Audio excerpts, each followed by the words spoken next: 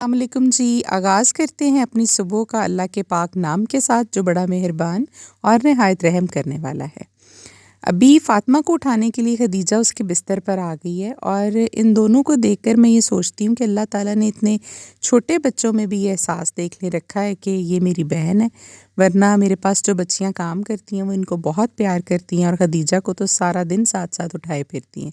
लेकिन जो सुकून इसको फ़ातिमा के पास आकर मिलता है ना, वो बच्चियों के साथ इसको बिल्कुल नहीं मिलता। तो अभी भी देखें उसको तंग कर रही है कि तुम उठो और वो अभी नींद में है, उठना नहीं चाह रही। बाहर मैं आई हूँ तो देखिए जी, रात हमारे यहाँ पर काफ़ी तेज़ बारिश हुई है और बारिश के बाद अब सुबह-सुबह धूप निकल आई है, लेकिन अभी भी बहुत ठंडी हवा चल रही है और बादल भी हैं। तो लॉन भी हमारे जो थे वो पानी के साथ भरे हुए थे। अभी तो बच्चे ने इसमें से पानी काफ़ी निकाला है। सुबह जब 5:15 के करीब 5:30 मेरी आँख खुली है फ़जर की नमाज़ के लिए, तो पहले बारिश हो रही थी, उसकी आवाज़ आ रही थी और फिर बर्फ़ भी पड़ी है। मेरी कमरे की खिड़की जो है वो पीछे गली में है, तो खिड़की के साथ बर्फ़ पड़ने की भी आवाज़ें आ रही थी। फिर मैंने बाहर निकल के देखा तो वाक़ई बर्फ़ पड़ रही थी। तो ठंड लेकिन ये है कि बारिश के बाद मुझे ऐसा फ़ील हो रहा है कि थोड़ी-सी कम हो गई है।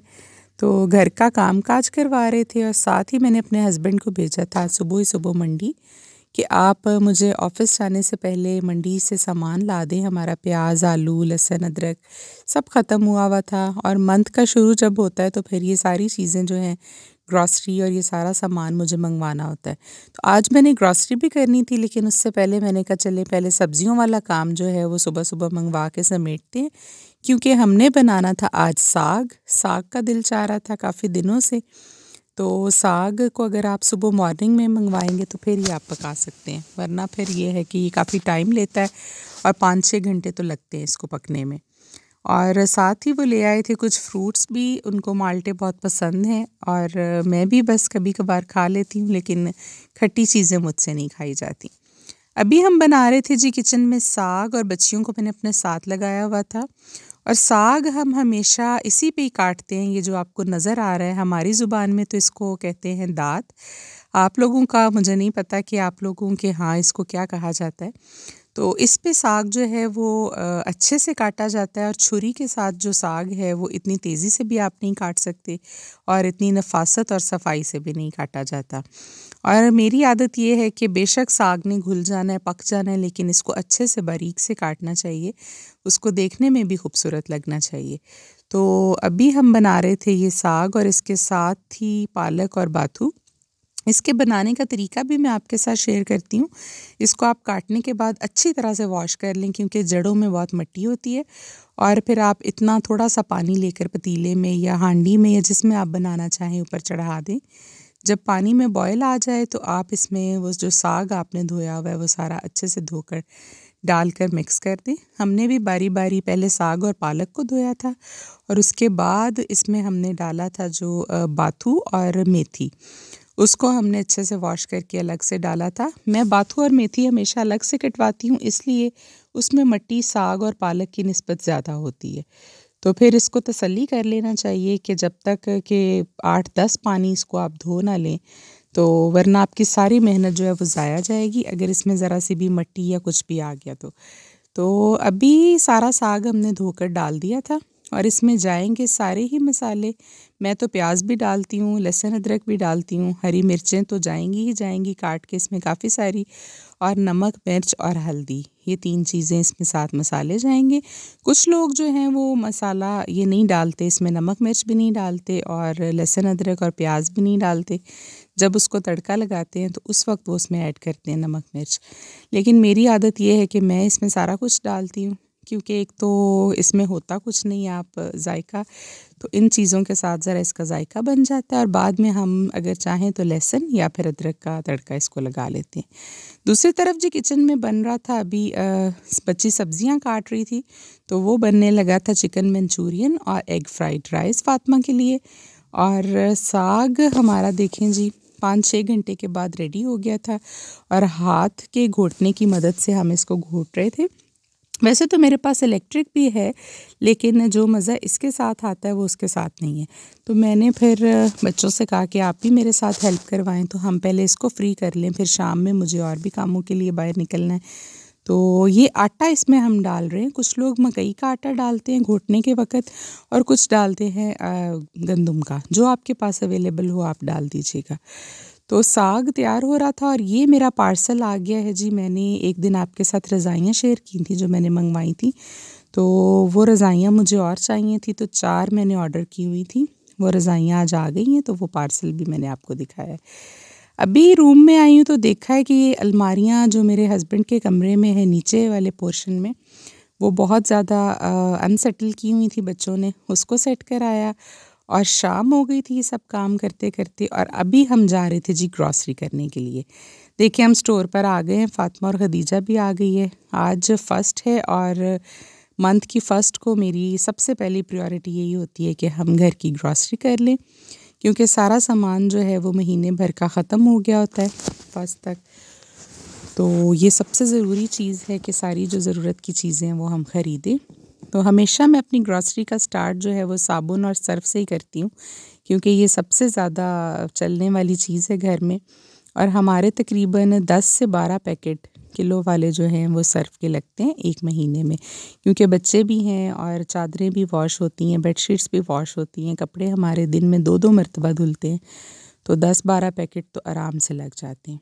तो ग्रॉसरी ख़रीद रहे थे हम जी, जो भी सारी लेनी थी। घर जाकर इसको अनपैक करेंगे तो मैं आपके साथ डिस्कस भी करूँगी। और फ़ातिमा देखें अपना सामान इकट्ठा करने में लगी हुई है और वहीं पे बैठकर इसने और खदीजा ने जूस भी पिया। और ये कुछ डब्बे थे, मैं ले रही थी अपनी बिस्किट्स और ये चीज़ें डालने के लिए, मुझे अच्छे लगे लेकिन ये एक्सपेंसिव थे बहुत। तो फिर भी मैंने एक सेट जो था वो ले लिया। उससे कीमत ही पूछ रही थी मैं दुकान वाले से कि कितने के हैं ये। सारी ग्रॉसरी हमने कर ली थी और अभी बिल करवा रहे थे हम। तो घर जाकर इसको खोलती हूँ तो आपके साथ शेयर करती हूँ कि मंथ की हम ग्रॉसरी कितनी लेते हैं और सारे महीने में हमें क्या सामान चाहिए होता है। वैसे तो मंथ से पहले ही ख़त्म हो जाता है, कोई 10-12 दिन के बाद कोई ना कोई चीज़ ख़त्म हुई होती है, वो फिर से लानी पड़ती है। लेकिन मैं कोशिश करती हूँ कि एक मरतबा जितनी चीज़ें मुझे याद हैं, जो मुझे लग रहा है कि इतनी हमें ज़रूरत होगी महीने की, वो हम ले लें। तो ये जी मेरी डाई, मेरे शैम्पू और कंडीशनर जिनके बगैर गुजारा नहीं है, और ये टूथपेस्ट और बाकी जो ये फ़ातिमा का कैडबरी पाउडर था, चॉकलेट पाउडर मिल्क डालकर वो पीती है, इसके बगैर दूध नहीं पीती। शायद उसको जायका अच्छा नहीं लगता, बच्ची है तो फिर मैं उसके लिए चॉकलेट ले आती हूँ। तो घी और ऑयल हमारा लगता है तकरीबन 10 केजी के करीब, क्योंकि चीज़ें फ्राई होती हैं बच्चों के लिए, तो आपको पता है उसमें भी घी जाता है। तो मैं फिर घी ले आती होती हूँ 5 केजी, और 5 केजी जो है वो मैं ऑयल ले लेती हूँ।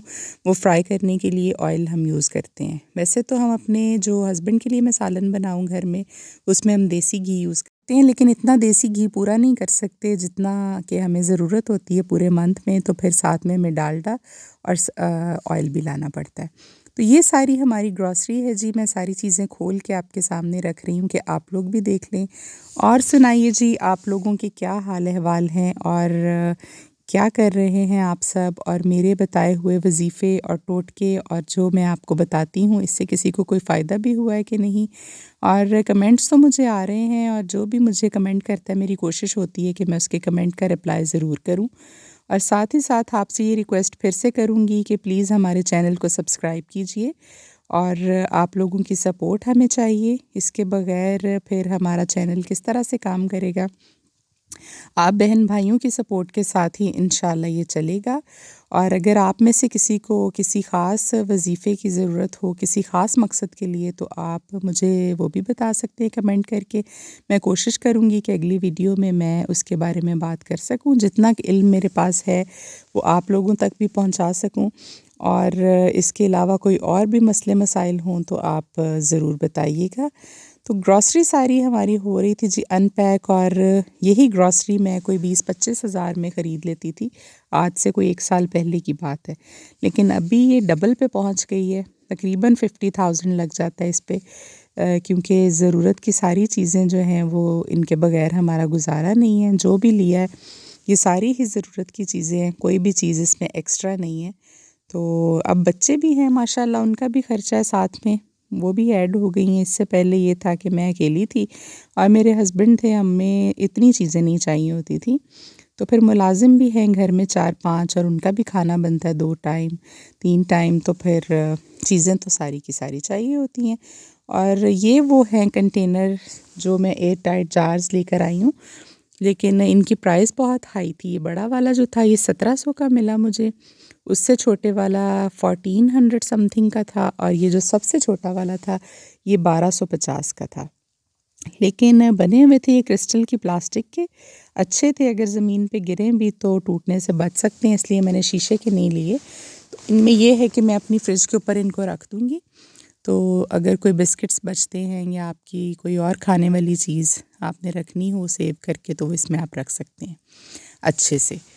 तो सारा कुछ ही मैंने ले लिया था घर से। मैं लिस्ट बना कर लेकर गई थी, दालें और बच्चों का पॉरेज और वाइट ओट्स का पॉरेज, जो भी सामान चाहिए था वो सारा मैं लिस्ट बना लेती हूँ, वरना फिर वहाँ जाके मुझे कोई ना कोई चीज़ जो है वो ज़रूर भूल जाती है, तो फिर प्रॉब्लम होती है। दोबारा दोबारा चक्कर लगाने से बेहतर है कि आप एक ही मर्तबा ख़रीद कर रख लें।